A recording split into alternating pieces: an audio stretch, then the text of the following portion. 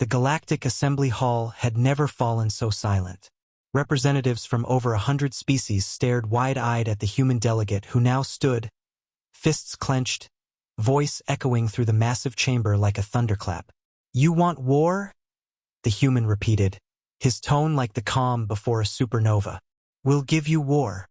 No one dared respond, not even the Harkin representative whose unprovoked assault on the Terran colony of Arvin 12 had brought them to this moment.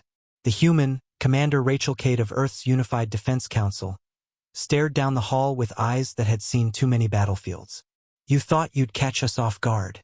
You thought we were still the same peaceful diplomats who begged for a seat at this table." She took a step forward. "You're about to find out how wrong you were." 3 days earlier, the Harkin Empire had launched a surprise orbital bombardment on Arvin 12, killing over 30,000 civilians. No military targets. No declaration. Just death. The Galactic Council issued its usual condemnation. A tragic incident, an unfortunate miscommunication, but no sanctions, no justice. Humans had been expected to grieve, protest, negotiate, but they forgot one thing. Humans may prefer peace, but when pushed, they wage war like no other species ever has. Now war had been declared, and Commander Cade wasn't bluffing. In less than 48 hours, Terran fleets mobilized. Not just ships, armadas, vessels bristling with kinetic cannons, adaptive AI targeting, and new generation warp drives moved like swarms of vengeance across the stars. The Harkin thought they had numbers. They didn't realize humans had fury. At the edge of the Harkin territory, Fleet Admiral Drelsu watched his scanners light up with the impossible. "They're flanking us," he muttered. "Flanking? But sir, they just entered the system," his lieutenant exclaimed. "They warped through the gravitational well," the admiral hissed. "That's suicidal." And yet it worked. The Terran ships emerged on both sides of the Harkin fleet. Damaged, yes, but alive and angry. Kinetic rounds ripped through shields, AI-guided torpedoes adjusted mid-battle, targeting weak spots with terrifying precision. Human fighter pilots moved like they had no fear of death, because they didn't. They fought like every blast was revenge. The battle lasted 37 minutes, and the Harkin lost everything. From his throne world, Supreme Warlord Krashgar watched the reports come in.